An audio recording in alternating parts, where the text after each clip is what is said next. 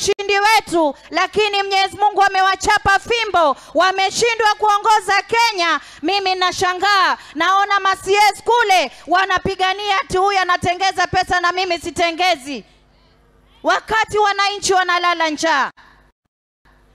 Baba, sisi tunakuomba kama wapwani, na kabla ya kitu chochote, nilipokaa hapa nimetumiwa ujumbe na former governor wa Mombasa Hassan Ali Joho, anasema ni wasalimia Lamu. Mmepokea salamu yake? Baba, sisi tunasema hivi, tunakupenda sana na wewe ndio utakuwa rais inshallah, lakini tunaomba na sisi tuna kijana wetu Hassan Ali, huyo ndio kiongozi wa pwani, kweli urongo? Na sisi tunataka watoto wetu kwenye meza ya mzunguko.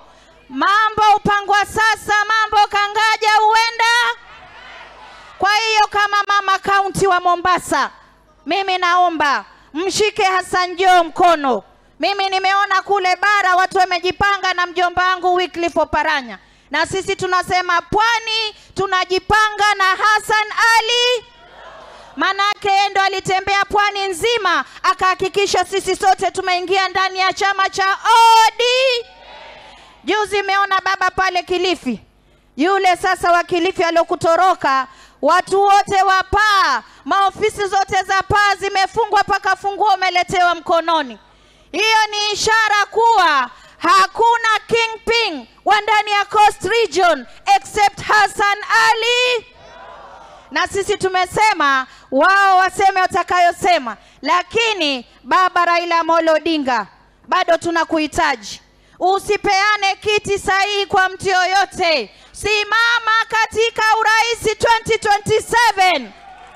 Tunataka tukuone pale juu. Na lao utaamua, basi tunasema na sisi wa pwani tusiache nyuma. Lamu nawapenda sana na Mwenyezi Mungu atubariki sote. Asanteni sana. Asante sana Mheshimiwa Badi. Asante sana kwa